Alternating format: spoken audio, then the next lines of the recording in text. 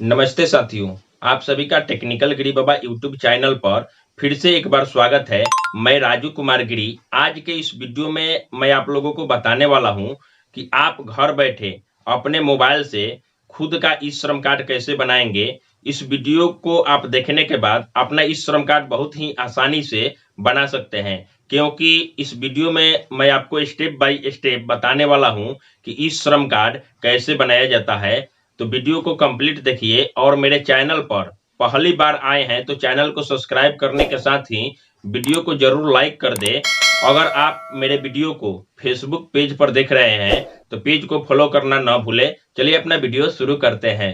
दोस्तों, ई श्रम कार्ड को बनाने के लिए सबसे पहले आपको अपने मोबाइल या लैपटॉप में गूगल को ओपन करना है और सर्च बॉक्स में टाइप करना है e-shram.gov.in। जैसा कि आप यहाँ पे देख पा रहे हैं, आपके सामने कुछ इस प्रकार से पेज ओपन होता है। आपको फर्स्ट वाले लिंक पर इस पर क्लिक कर देना है। जैसे ही आप इस पर क्लिक करते हैं, अब आपके सामने कुछ इस प्रकार से श्रम एवं रोजगार मंत्रालय की ऑफिशियल साइट ओपन हो जाती है, जैसा कि आप यहाँ पे देख पा रहे हैं। इस वेबसाइट का लिंक हम आपको वीडियो के डिस्क्रिप्शन बॉक्स में भी दे देंगे, वहाँ से आप इस वेबसाइट पर आ सकते हैं। वेबसाइट पर आने के बाद आपको नीचे की तरफ आना है और यहाँ पे देखिए आपको एक ऑप्शन दिखाई देता है रजिस्टर ई श्रम। यहाँ पे आपको क्लिक कर देना है। जैसे ही आप इस पर क्लिक करते हैं, अब आपके सामने कुछ इस प्रकार से पेज ओपन हो जाता है। यहाँ पे आप देख सकते हैं कि अगर आप ई श्रम कार्ड बनवाना चाहते हैं तो आपका एज 16 वर्ष से 59 वर्ष के बीच होना चाहिए, तो ही आप अपना ई श्रम कार्ड बनवा सकते हैं। साथ ही साथ आपको असंगठित क्षेत्र यानी कि अनऑर्गेनाइज सेक्टर का मजदूर भी होना चाहिए। इनकम टैक्स, ईएसआई, ईपीएफ ये सभी का सदस्य आपको नहीं होना चाहिए, अन्यथा आप अपना ई श्रम कार्ड तो बनवा लेंगे लेकिन भविष्य में यह कैंसिल हो सकता है। तो यहाँ पे नीचे आने के बाद आपको एक ऑप्शन दिखाई देता है, इसमें आपको एक मोबाइल नंबर डाल देना है। मोबाइल नंबर डालने के बाद ये वाला कैप्चा जो दिखाई देता है यहाँ पे आपको फिल कर देना है। यहाँ पे एक बात ध्यान देने वाली है कि यहाँ पे आप कोशिश करें कि वही मोबाइल नंबर डालें जो आपके आधार कार्ड से लिंक है। यहाँ पे आप दूसरा भी मोबाइल नंबर डाल सकते हैं, लेकिन आपको आपके मोबाइल से आधार लिंक होना चाहिए, तो ही आप अपना ई श्रम कार्ड बनवा सकते हैं। तो चलिए मैं यहाँ पे एक मोबाइल नंबर डाल देता हूँ। जैसा कि आप यहाँ पे देख पा रहे हैं कि मैं मोबाइल नंबर डाल दिया हूँ। मोबाइल नंबर डालने के बाद ये वाला कैप्चा सेम यहाँ पे फिल कर देना है। कैप्चा को डालने के बाद यहाँ देखिए आपसे पूछा जा रहा है कि एम्प्लॉय प्रोविडेंट फंड ऑर्गेनाइजेशन यानी कि आप ईपीएफ का सदस्य हैं, तो आपको यहाँ पे येस करना है। अगर आप ईपीएफ का सदस्य नहीं है तो आपको यहाँ पे नो कर देना है। लेकिन मैं आपको बता दूं कि अगर आप ईपीएफ का सदस्य है यानी कि आपका पीएफ अकाउंट है तो आप अपना ई श्रम कार्ड नहीं बनवा सकते हैं। उसी प्रकार से यहाँ पे पूछा जा रहा है कि एम्प्लॉय स्टेट इंश्योरेंस कॉर्पोरेशन यानी कि अगर आप ईएसआई का सदस्य हैं तो आपको यहाँ पे येस करना है, अन्यथा इसको नो कर देना है। मैं आपको बता दूं कि यहाँ पे आपको दोनों नो रहने देना है। जैसा कि आप यहाँ पे देख पा रहे हैं कि दोनों नो ही रहने देना है। उसके बाद आपको यहाँ से सेंड ओटीपी पर क्लिक करना है। जैसे ही आप सेंड ओटीपी पर क्लिक करते हैं, आपने जो मोबाइल नंबर यहाँ पे डाल रखा है उस पर एक ओटीपी गया है। उस ओटीपी को आपको इस बॉक्स में फिल कर देना है। ओटीपी को डालने के बाद यहाँ से आपको सबमिट कर देना है। जैसे ही आप सबमिट करते हैं, अब आपके सामने कुछ इस प्रकार से पेज ओपन होता है। यहाँ पे आपको आधार नंबर डालने के लिए बोला जा रहा है, तो यहाँ पे आपको 12 डिजिट का आधार नंबर डाल देना है। यहाँ पे 4 अंक और यहाँ पे 4 अंक और यहाँ पे 4 अंक, टोटल मिलाकर के 12 अंक का अपना आधार नंबर यहाँ पे आपको डाल देना है। तो चलिए मैं यहाँ पे आधार नंबर डाल देता हूँ। आधार नंबर डालने के बाद यहाँ पे देखिए आपको 3 ऑप्शन दिखाई देता होगा, यानी कि आपका आधार नंबर आपके मोबाइल नंबर से लिंक नहीं है तो आप यहाँ पे फिंगरप्रिंट का उपयोग करेंगे या आइरिस का उपयोग करेंगे। अगर वहीं आपके आधार नंबर से आपका मोबाइल नंबर लिंक है तो यहाँ पे ओटीपी का ऑप्शन आपको दिखाई देता है। सिंपल आपको ओटीपी पर रहने देना है और ये वाला कैप्चा जो आपको दिखाई देता है, एक कैप्चा यहाँ पे आपको फिल कर देना है। तो चलिए मैं कैप्चा को डाल देता हूँ। कैप्चा को डालने के बाद यहाँ से आपको टर्म्स एंड कंडीशन को एक्सेप्ट कर लेना है। जैसे ही आप यहाँ पे एक्सेप्ट कर देंगे और एक्सेप्ट करने के बाद यहाँ से आपको फाइनल सबमिट कर देना है। तो जैसे ही आप यहाँ पे सबमिट करते हैं, आपके सामने कुछ इस प्रकार से इंटरफेस आता है। यहाँ पे आपके आधार से जो मोबाइल नंबर लिंक है उस पर एक ओटीपी गया है, उस ओटीपी को इस बॉक्स में फिल करके और यहाँ से आपको वैलिडेट पर क्लिक करना है। तो चलिए मैं ओटीपी को डाल देता हूँ। तो जैसा कि मैं ओटीपी डाल दिया हूँ और यहाँ से वैलिडेट मैं करता हूँ। जैसे ही आप वैलिडेट करेंगे, आपके सामने कुछ इस प्रकार से पेज ओपन हो जाता है। जैसा कि आप यहाँ पे देख पा रहे हैं कि जो आपके आधार नंबर से डिटेल्स है, यहाँ पे आपका डिटेल्स ऑथेंटिकेट यानी कर लिया गया है। यहाँ पे आपके आधार कार्ड से डिटेल्स यानी कि नाम, डेट ऑफ बर्थ, यहाँ पे सभी कुछ एड्रेस ले लिया गया है। सेम यही एड्रेस आपके इस श्रम कार्ड पर रहने वाला है जो आपके आधार नंबर पर है, यानी कि आपके आधार कार्ड पर जो एड्रेस है वही रहेगा। फिर आपको यहाँ से continue to enter the other details पर क्लिक कर देना है। जैसे ही आप इस पर क्लिक करते हैं आपके सामने कुछ इस प्रकार से पेज ओपन हो जाता है। यहाँ पे जैसा कि आप देख पा रहे हैं कि आपका मोबाइल नंबर जो है यहाँ पे डिटेक्ट कर लिया गया है। यहाँ पे आप चाहे तो एक दूसरा मोबाइल नंबर इमरजेंसी के लिए दे सकते हैं या इसको ऐसे ही छोड़ सकते हैं, कोई दिक्कत होने वाला नहीं है। यहाँ पे ईमेल आईडी है तो डाल दे, अन्यथा इसको भी आप छोड़ सकते हैं, ये भी ऑप्शनल है।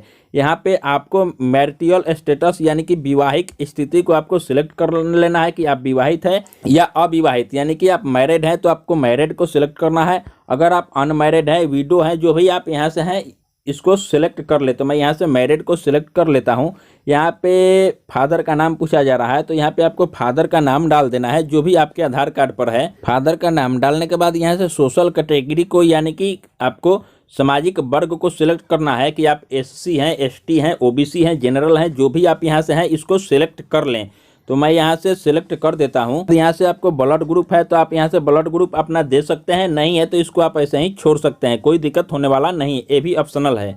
फिर आपको यहाँ से डिफरेंटली एबलेड है यानी कि आप विकलांग हैं तो आपको यहाँ से येस करना है, विकलांग नहीं है तो आपको यहाँ पे नो कर देना है।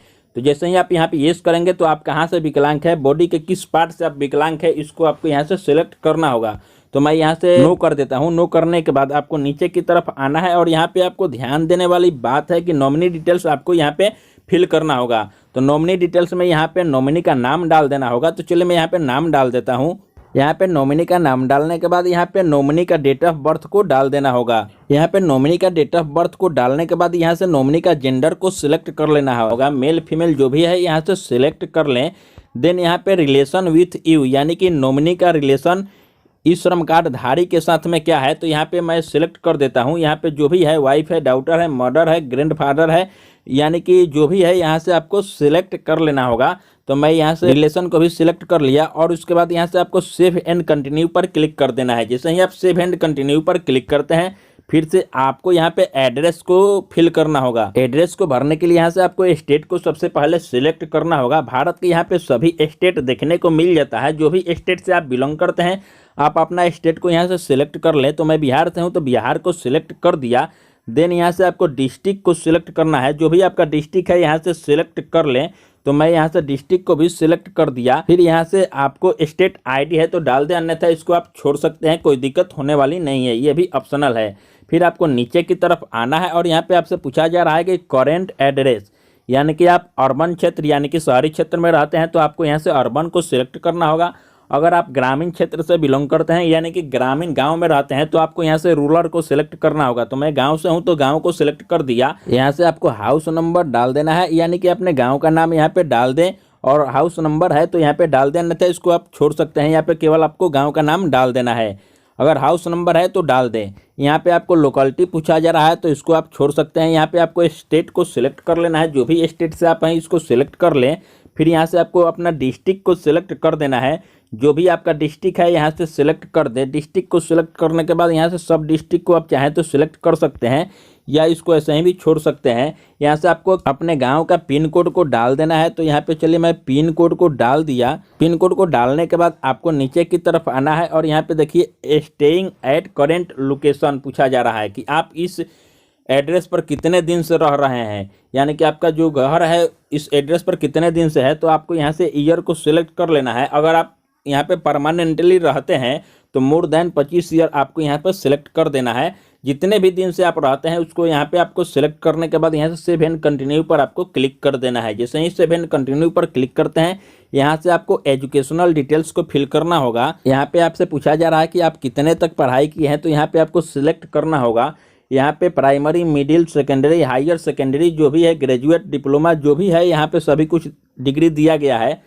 यहाँ पे आपको जो भी डिग्री आपने किया है उसको सिलेक्ट कर लेना है। तो मैं यहाँ से मैट्रिक किया तो मैट्रिक को, सेकेंडरी को सिलेक्ट कर लिया। फिर यहाँ से एजुकेशनल सर्टिफिकेट आप अपलोड करना चाहते हैं तो यहाँ से सिलेक्ट कर सकते हैं PDF, PNG, JPEG फाइल में, या आपको ऐसे ही छोड़ देना है क्योंकि ये भी ऑप्शनल है। यहाँ से आपको केवल सिलेक्ट कर लेना है कि आपने कितने तक पढ़ाई किया है। फिर आपको यहाँ से मंथली इनकम पूछा जा रहा है, तो आपके घर में मंथली इनकम कितना हो रहा है, 10,000 है या उससे कम है, 10,000 से 15,000 है, जितना भी है आप यहाँ से सिलेक्ट कर लें। तो मैं यहाँ से सिलेक्ट कर देता हूँ। मंथली इनकम सर्टिफिकेट आप देना चाहते हैं तो यहाँ से दे सकते हैं, या इसको भी आप छोड़ सकते हैं। केवल यहाँ पे आपको सिलेक्ट कर देना है। फिर यहाँ से सेव एंड कंटिन्यू पर क्लिक कर देना है। जैसे ही सेव एंड कंटिन्यू पर क्लिक करते हैं, आपसे यहाँ पे ऑक्यूपेशन पूछा जा रहा है कि आप पेशा क्या करते हैं। तो यहाँ पे आपको सिलेक्ट करना होगा कि आप क्या पेशा करते हैं। तो मान लेते हैं कि आप अगर ड्राइवर हैं तो यहाँ पे ड्राइवर को लिखेंगे, यानी कि जैसे ही आप ड्राइविंग लिखेंगे तो यहाँ पे देखिए ड्राइविंग असिस्टेंट, क्लीनर, हेल्पर आ जाता है। अगर आप कंप्यूटर दुकान चलाते हैं तो यहाँ पे लिखेंगे COMPUTER, कंप्यूटर। जैसे ही आप लिखेंगे तो यहाँ पे कंप्यूटर ऑपरेटर आ जाता है। इसी प्रकार से आप जो भी काम करते हैं उसको यहाँ पे लिखना होगा। तो मान लेते हैं कि मैं ड्राइवर का काम करता हूँ, तो यहाँ पे ड्राइविंग लिखूंगा और यहाँ से सिलेक्ट कर दूंगा। जैसे ही आप सिलेक्ट करते हैं, फिर आपको नीचे की तरफ आना है और यहाँ पे देखिए वर्किंग एक्सपीरियंस के बारे में आपसे पूछा जा रहा है कि आप कितने दिन से वर्क करते हैं, यानी कि 1 साल, 2 साल, 3 साल, जो भी है यहाँ से आपको सिलेक्ट कर लेना है।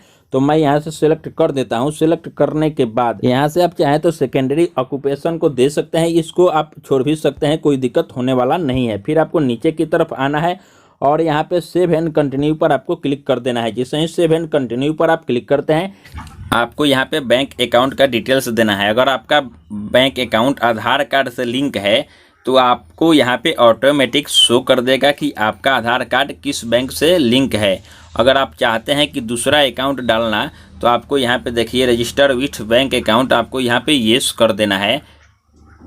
जैसे ही आप येस करते हैं, यहाँ पे आप मैन्युअली अपना बैंक अकाउंट नंबर यहाँ पे डाल करके, IFSC कोड वगैरह यहाँ पे डाल करके आप यहाँ से सेव एंड कंटिन्यू करेंगे। अगर आप चाहते हैं कि आधार कार्ड पर आपका जो बैंक अकाउंट लिंक है वही रहने दें, तो आपको यहाँ पे नो ही रहने देना है। फिर यहाँ से आपको सेव एंड कंटिन्यू पर क्लिक कर दे।